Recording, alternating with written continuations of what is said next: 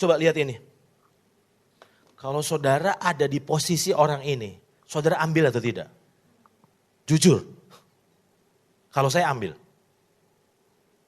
Jujur, kita kan jujur, bukan jaim ya. Kalau jaim, enggak. Kalau jujur-jujuran, ambil. Apa alasan seorang Elisa menolak pemberian Naaman? Masih ingat peristiwanya?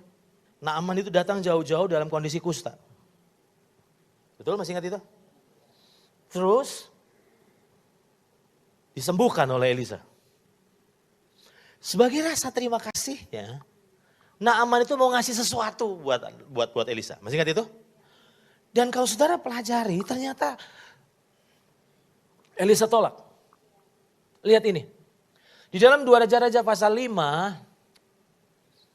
ayat 15 sampai 16, kemudian kembalilah ia dengan seluruh pasukannya kepada abdi Allah itu. Setelah sampai, tampillah ia ke depan Elisa dan berkata, sekarang aku tahu bahwa di seluruh bumi tidak ada Allah kecuali Israel.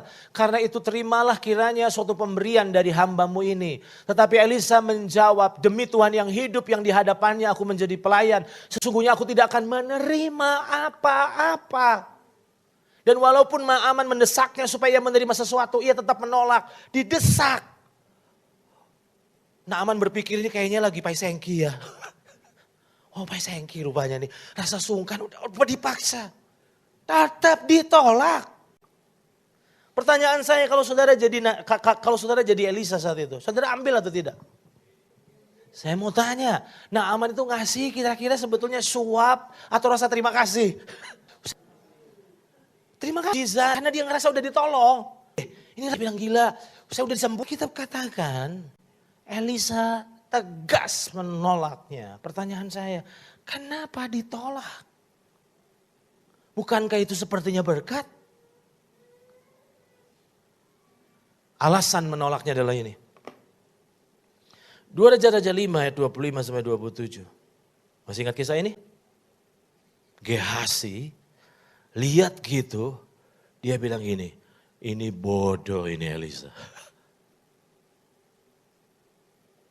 Dia curi-curi untuk kejar Naaman dan minta bagian. Gak banyak yang dimintanya. Lihat ini. Di 2 Raja-Raja 5 ayat 25 sampai 27. Baru saja Gehasi setelah dia kejar, terus Naaman kasih, masih ingat itu? Terus dia pulang, disembunyiin dulu. Terus dia ketemu sama Elisa. Baru saja Gehasi masuk dan tampil ke depan tuannya. Berkatalah Elisa kepadanya, dari mana Gehasi?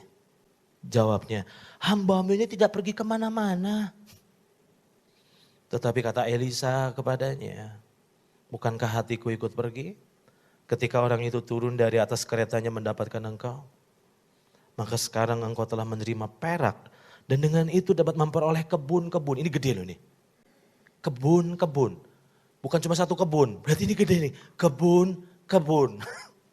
Berkat Tuhan. Lihat ini.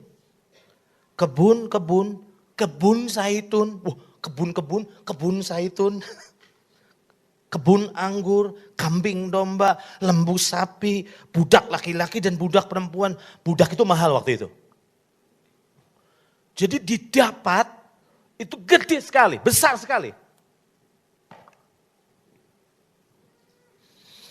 Waktu Gehasi kejar Naaman, apa yang ada di pikirannya?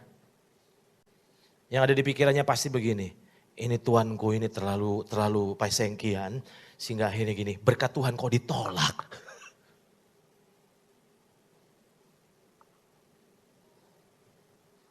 Ayat 27. Tetapi penyakit kusta Naaman akan melekat kepadamu dan kepada anak cucumu untuk selama-lamanya.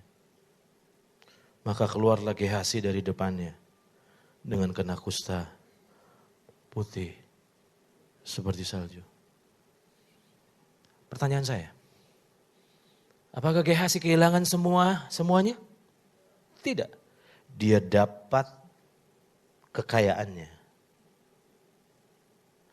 Tapi dia juga dapat penyakitnya. Mulai hari ini, berani bilang, semua yang kelihatan berkat itu berkat,